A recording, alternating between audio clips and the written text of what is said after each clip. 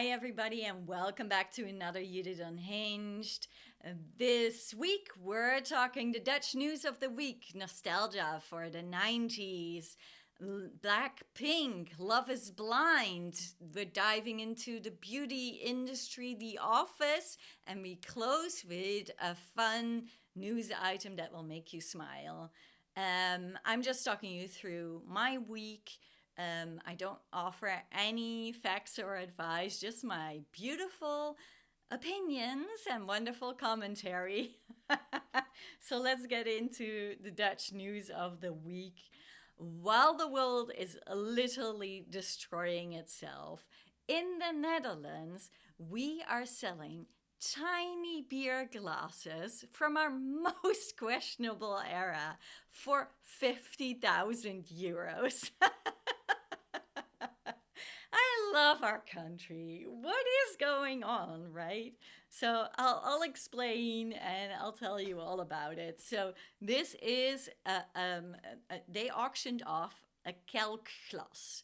That's a tiny beer glass. It's these old glasses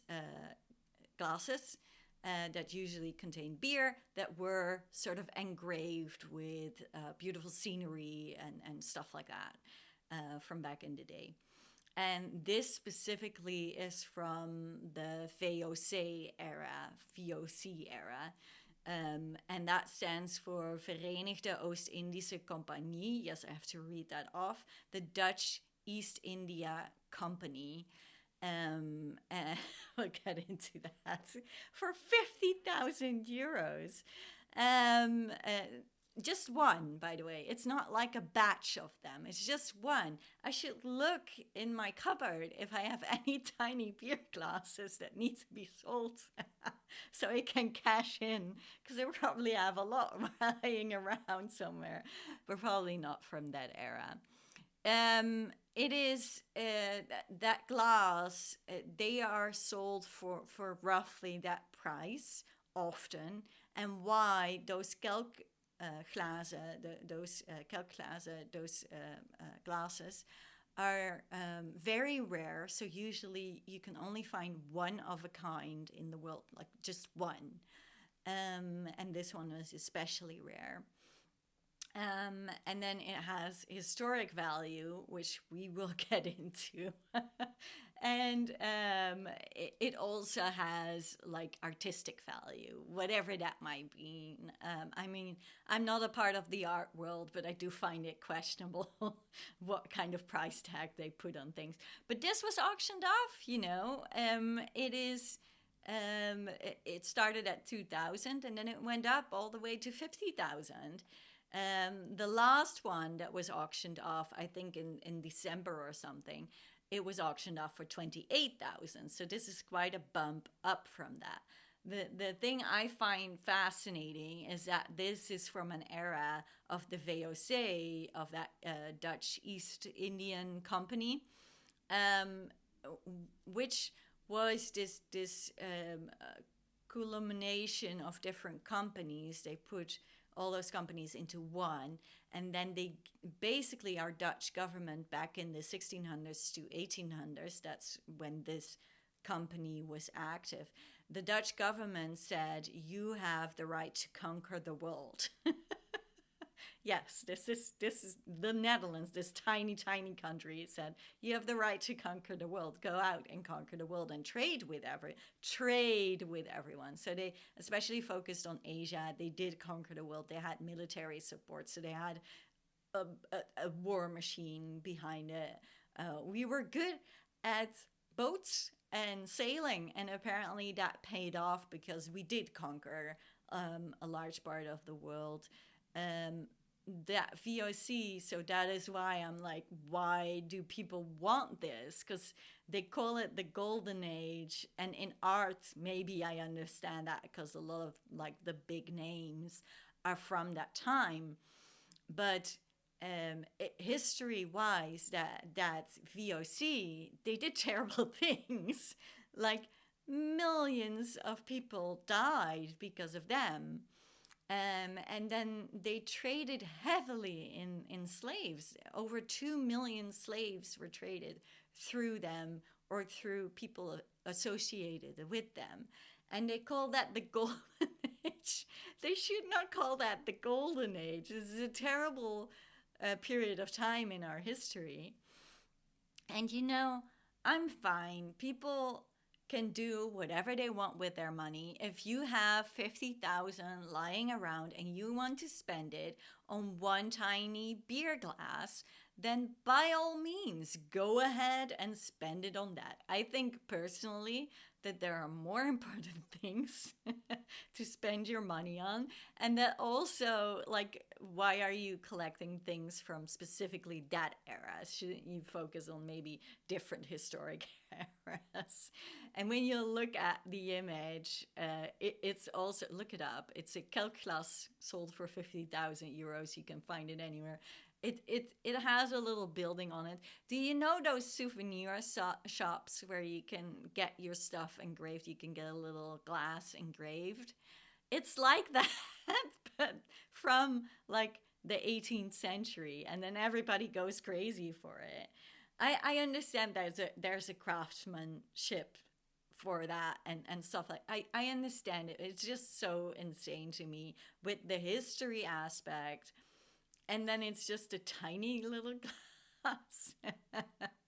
Also, this money wasn't for people in need or something. This wasn't for a charity or some old grandma suddenly found it somewhere and now their family has a little bit of a bump in cash. No, this was a rich family in the Netherlands that found it lying around, because, right, why not have it lying around somewhere in a box that they thought was littered with jewelry and old stuff. But it turned out it was this beautiful tiny beer glass that everybody apparently loves and spends 50,000 euros on it. Would you? I wouldn't. I wouldn't spend that money on that. What would we spend money on? Would you spend 50,000 to go back to the 80s or 90s? I have a little bit of beef with that. I have beef with nostalgia. I'm getting a little bit fed up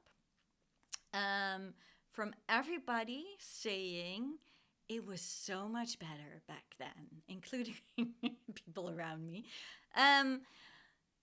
It wasn't better in the 80s and 90s. I wish people just don't say those things anymore and stop having nostalgia for things that are past. We're living in the present. This is what we need to deal with.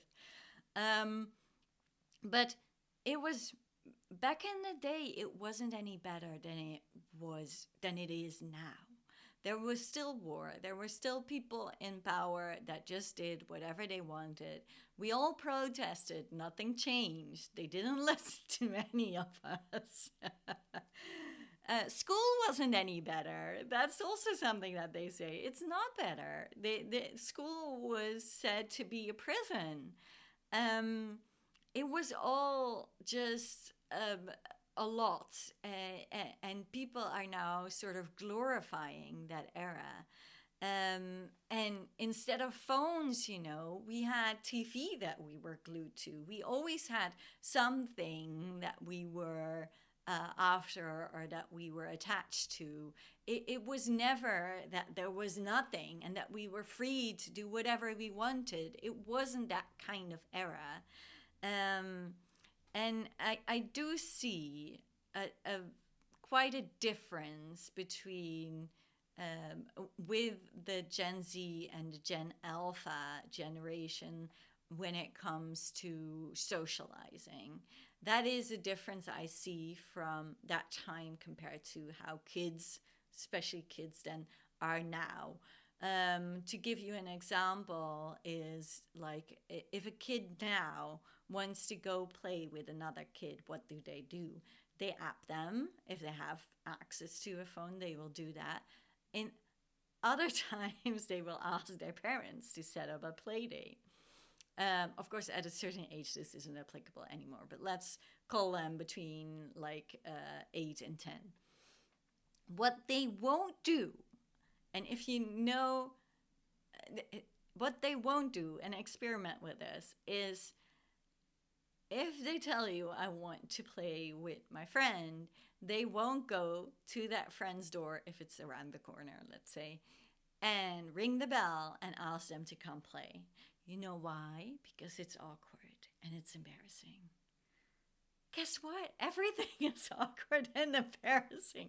Get over it. We just have to do what we have to do to get by. And we've always had to do that. And it wasn't like that when I was growing up. You would just play with either kids that were playing on the street, or you would go and ring their doorbell. And yes, sometimes they weren't there, or sometimes they didn't have time to play, but it was fine. Why can't people do that? Like that socializing, or then saying like we will have AI teachers teaching these kids. If you have AI teachers, their socializing will get even worse. I don't know. That just seems so crazy to me. But in other areas, there's a difference between how these different generations interact. Like, I can compare it to the festivals, the music festivals I've been to, right? So I always used to go to punk festivals, and people were very mean, and they were rude, and they were aggressive, and it wasn't really nice. And then I went to metal festivals, and it was super chill. And it was the roughest music, but it was so chill. They were so nice. They were so accepting. Nobody cared about what you were doing. And if you interacted with them, they were super nice instead of this horrible mess over here. And I do think that older generations are like the punk festivals, and that the new generations are like the metal festivals. They are super chill and really nice and accepting of each other. There is some polarization in the sense that everybody is in their own bubble. So if you would have like one or two bands, I of course can't think of any bands, but two bands that were on opposite sides of the spectrum, like one was a little bit emo and one emo metal, and one was a bit punky metal, then they wouldn't interact together or something. But other than that, they're very nice, nice generations that are nice to each other. And at least me, I was never like that. Maybe it's just me. Maybe I was just always mean. That's okay too. If it's just me. It's just me. And that brings me to the shared experience as well, because now everyone is in their own bubble, right? There is not really a shared experience across generations anymore. And I saw this when I was growing up, because I grew up when the internet was just arriving. I know it had existed for a long time, but I was a teenager when that became normal to have internet at home. And I got in my own niche. Like, I was viewing The Sopranos when it came out, for instance. That was a little bit later, but I was getting in my own like little bubbles when it came to music, like getting really into Japanese metal. Nobody knew anything about Japanese metal. Well, before, we only had a few channels on TV. So if any popular programs were on TV, the next day you could talk about it because everybody watched that program. Or when there was music, then everybody knew the hits. And it's just not like that anymore. There are still some hits, right? But other than that, there's so many little bubbles and so little shared experience. And that it sort of creates this different cultural vocabulary. Like me really being into Blackpink, and then me talking to my friends who are actually sane persons who don't know any K-pop bands because they're grown adults who don't do that. Like me.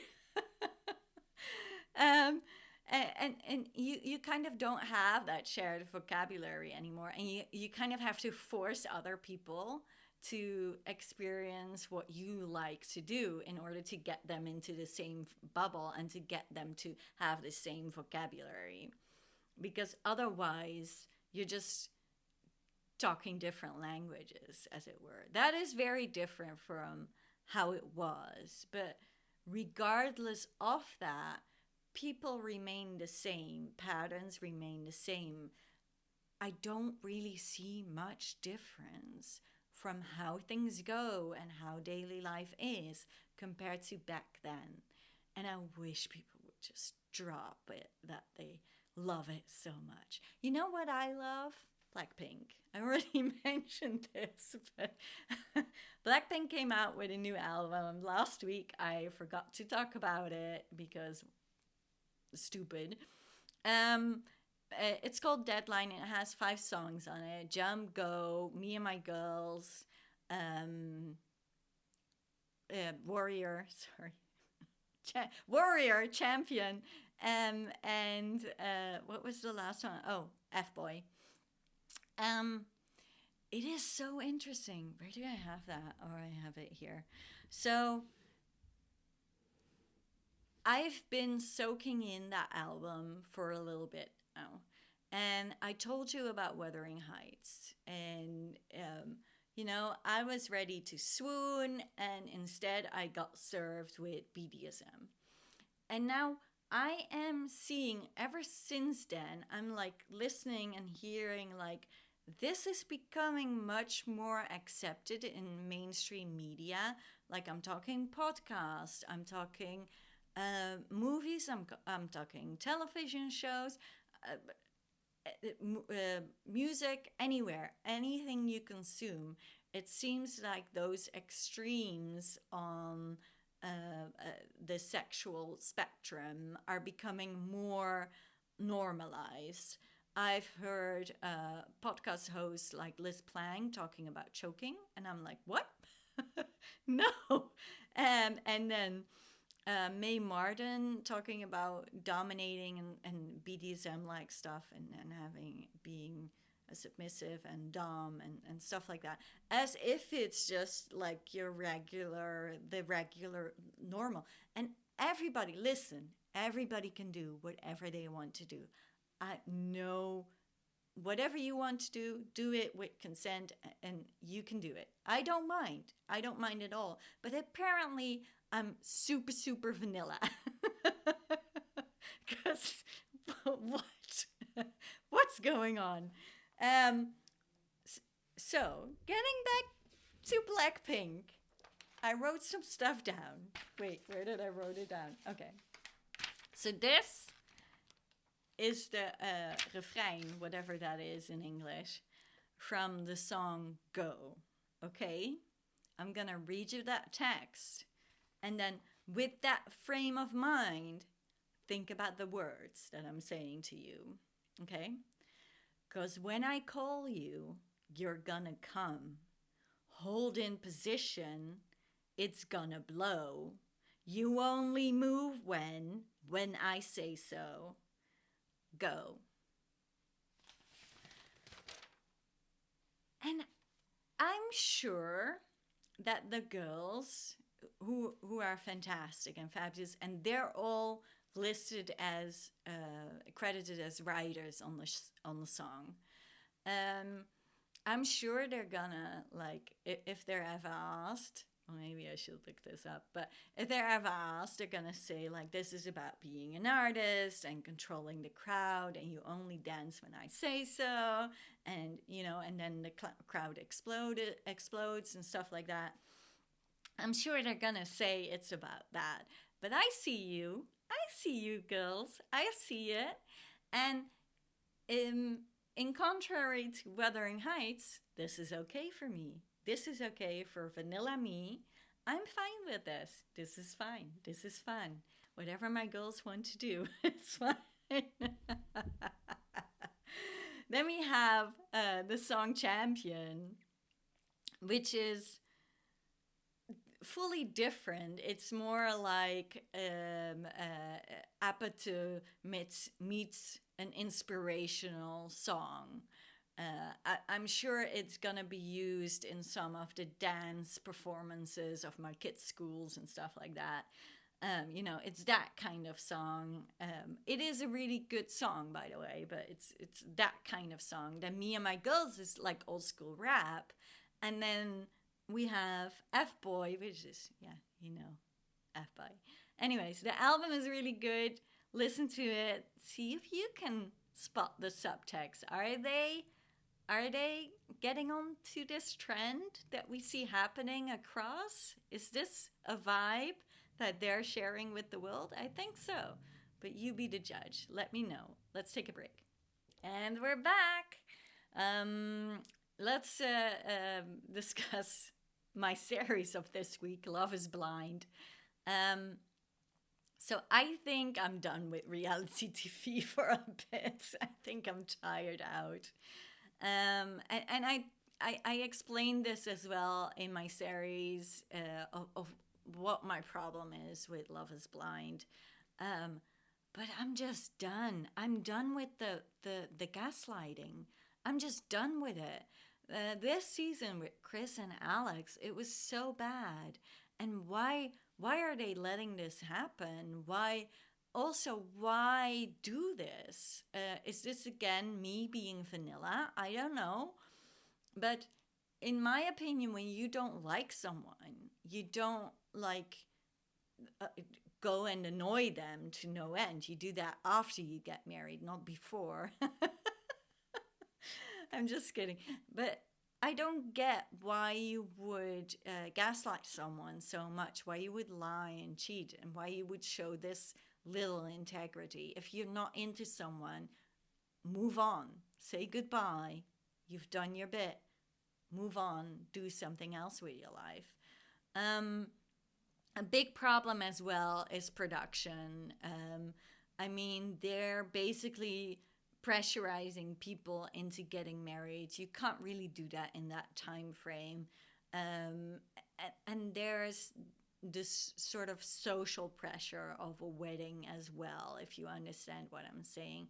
Like on my wedding, yes, I'm a married person who married this crazy person, an even crazier person.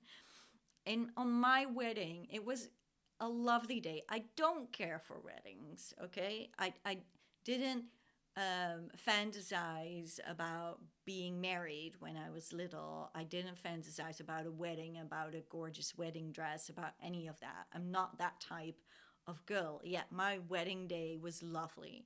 It was so nice. It was really fun to be with the family and to have those different families meet. It just meant a lot to celebrate that love. And then to have that social pressure of that wedding, where you have all these expectations of your loved one, of your close inner circle, of your family, and then to have TV on top of that, and then to have to reject someone in that setting, or to be like Jordan was, right? Doubting and then thinking, let's just do it. What? No, that's not how weddings are supposed to go. And why are you putting people in this very artificial, pressurized situation? I just think there's a lot wrong with that. I think there's a lot of risks to that. You can look at the news on Love is Blind and see what kind of things are happening behind the scenes, which is just disgusting. And I think I'm done talking about reality TV. Maybe not in here, because here I can speak my mind a little bit more than in the series. But like when I'm doing my shorts, I'm really joking. Well, everybody thinks I'm being very serious. I'm not. And I'm joking about things I love, because I'm a very critical person and I love taking things apart and then finding something funny and then really honing into it. And maybe you don't think I'm funny, and that is fine. You can move on with your life and look at something else. But I'm there to make jokes. And I don't enjoy so much making jokes about real people. I enjoy poking so much fun on fictional characters. I really don't care. Those are not people. And the actors that portrayed them in such a good way, that it's okay, you know. And even when they delivered a good performance, you can make jokes about them. It's just about the fictional character, not about the person behind them. Let's talk a little bit about a new show that I've been watching. And I've heard mixed signals in my environment. I don't really do reviews or anything like that. I like to form my own opinions. But I've heard other people talk about this. And it's interesting because I've been watching The Beauty. And it's my kind of show. It's crazy. It's crazy. And it's so much fun. It's so bad. It is labeled as a horror show. I don't really feel it has a very high level of horror. I didn't know that if you just kill a bunch of people on the show that it's labeled as horror, because that's what's happening. There's no really grossness. Well, maybe with the slime and stuff. Okay. The show, The Beauty, is about this serum. And when you inject yourself with it, or when you get injected with it, or when you get the virus that comes from the serum, you become the most beautiful version of yourself. You can imagine the sort of implications of this, right? It's kind of a weird take on what I've been hearing that they've been developing is this pill that will make your physique go back to when you were 25. It's kind of like that, but then your DNA changes. This is when the slime comes in. You kind of go back into a cocoon state and come out a very slimy cocoon. I don't consider that really horror. I don't understand why people think that is horror. I can consider like really getting gross into specific things like Lars von Trier with his, I'm not even going to say that because it will give me the anyways, back to The Beauty. So you have this serum. It is also, once the first people were injected, they started, this is what the show is about again, they started having sex with everyone because now they're beautiful and now they can have sex with everyone. And that was the whole purpose of them becoming beautiful, that they could have sex with everyone. And I'm like, what? Why? But anyways, starting to get suspicious of this show. Then someone steals the serum. And while he's stealing the serum and trying to get it for his own gain, and this is a billionaire called Byron, played by Ashton Kutcher, who just was injected with the serum. Now he's stealing the serum. They're discovering that the serum, once you have sex with someone, once you've transformed into the beauty, you infect that other person and they become the beauty as well. They become the most beautiful version of themselves. I was like, the first few episodes are very serious and follow these FBI agents or CIA, I don't know, some kind of agents. And one of those agents gets infected and it gets very messy, but it's a very serious. And I'm thinking like, the motivation of these people is weird. The way they approach this is weird. What is going on here? I think this is funny, but I'm not sure if I'm supposed to laugh yet. And especially with Ashton Kutcher, because Ashton Kutcher is a fine man.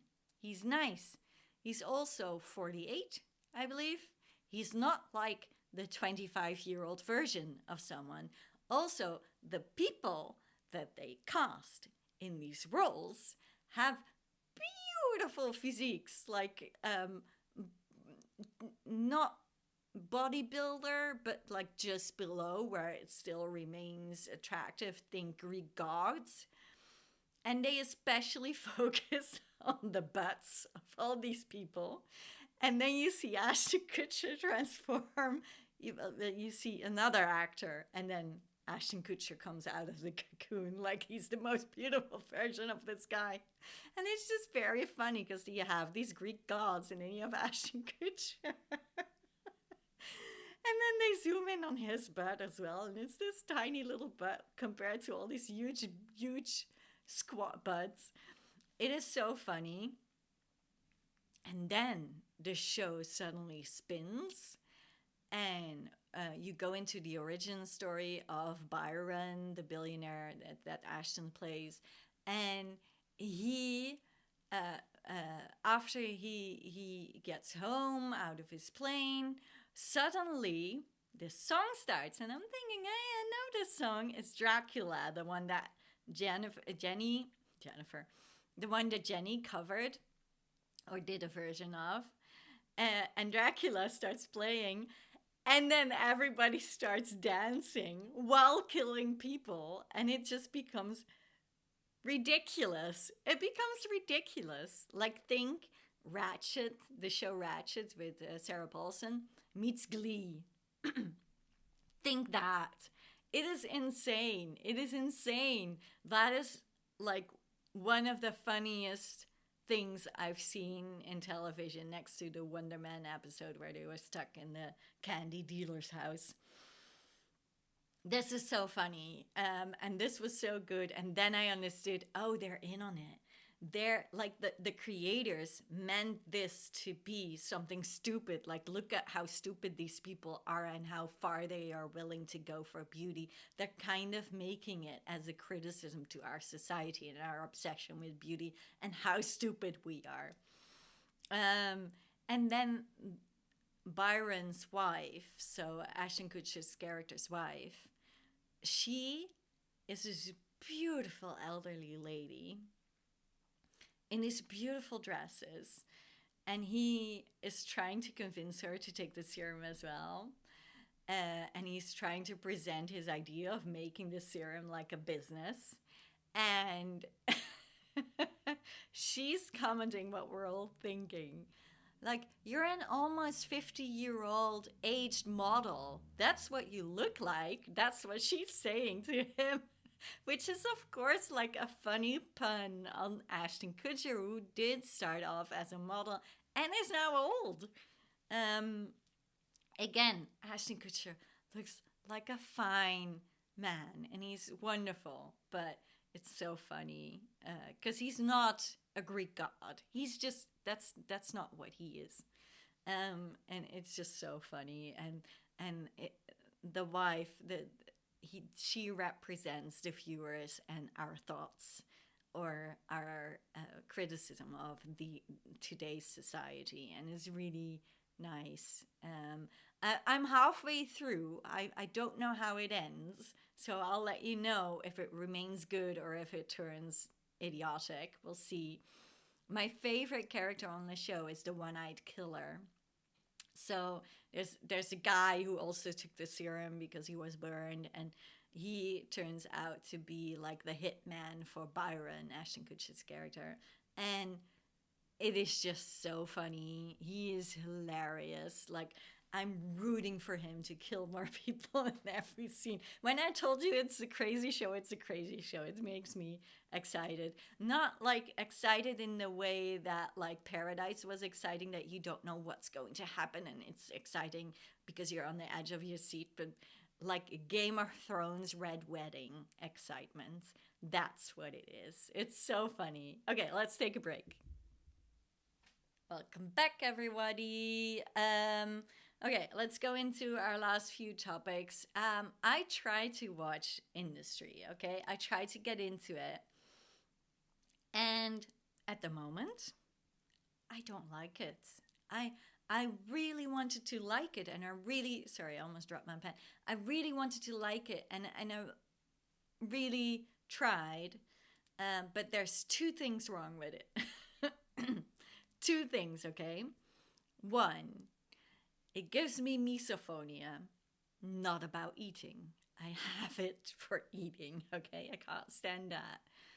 It's for the phone sounds. There's, at least in season 1, because that's when I dropped off, there's continuous phone sounds in the background. It stresses me out to no end. While I'm watching, I'm so stressed. I keep hearing bzz, bzz, bzz. I can't stand it. I really can't stand it. So that's one. The second one, it's too much like my experience in my corporate life. So a corporate career is what I had before. It's very much like that. And I don't want that stress back on me again. And that's why I don't like it. The motivational of the characters, I thought it would be much deeper. Like, the performances are excellent. I'm not saying anything bad about that. It's fantastic. It's at a beautiful, beautiful level. But also, the way the characters' motivations are written is very superficial. It's almost like the beauty, but then they try to put this depth to it, and it's just not working. So it's not for me at the moment. I'm not watching it. Maybe I'll come back to it. Maybe once it ends, I'll come back to it and watch the entire thing, and then maybe I'll like it. I don't know, because it's supposed to be this really good show, right? You have that sometimes, that you watch something and you can't watch. I had it with Community. I started it, I was like, no. And then I gave it a second try at a different stage in my life, and I was like, this is the most brilliant show ever. And it just got better and better and better. Community's the best show. Speaking of which, The Office, I'm rewatching it with my girls, my daughters, and we're currently halfway through season 3. So we just had the merger. Jim is dating Karen, and Pam is being the good friend. And I've seen on podcasts, and I've heard Rashida Jones talk about this, that she was so hated. She was so hated as Karen. She was like the original Karen because nobody liked her. And I didn't get it. I never got those kinds of vibes from her on the show. I always thought, oh, that's Karen. She's a bit too much for Jim, and they're mismatched. So he really needs, he's so well matched with Pam. So it doesn't make any sense for him to be with Karen. They're just doing this as a ploy, as a storyline, and then he'll get with Pam, which is, spoiler, what happens. So I never understood until I saw my daughters react to Karen. And they hate her. They hate her. Why do they hate? They really hate her. And they keep asking, but they're going to get together, right? They're going to get married. They're going to have kids, right? And it's so cute. And they hate Karen with a vengeance. So I'm seeing public opinion reflected back in my kids who are watching the show with me. And it's very funny to see. Okay, let's end with some really fun news that will make you smile if you're a super nerd like I am. Firefly was one of the best shows there is. I'm listening to Once We Were Spacemen. I'm following the entire cast on Instagram for years. All we want in life is more Firefly, more Serenity, maybe not more Serenity. We're getting something. On the 15th of March, they're making an announcement. Nathan Fillion on his Instagram, go look it up, it is fun, has been in touch with every single cast member and has been recording like little shorts. We're doing it. We're doing it. They're doing it. Something is coming. I'm so happy. So hopefully that put a smile on your face and made you happy in the end. If you hadn't already heard about it, probably everybody already has. But it made me very happy. That's it for this week's episode. Hope you liked it. Come back next week. Bye.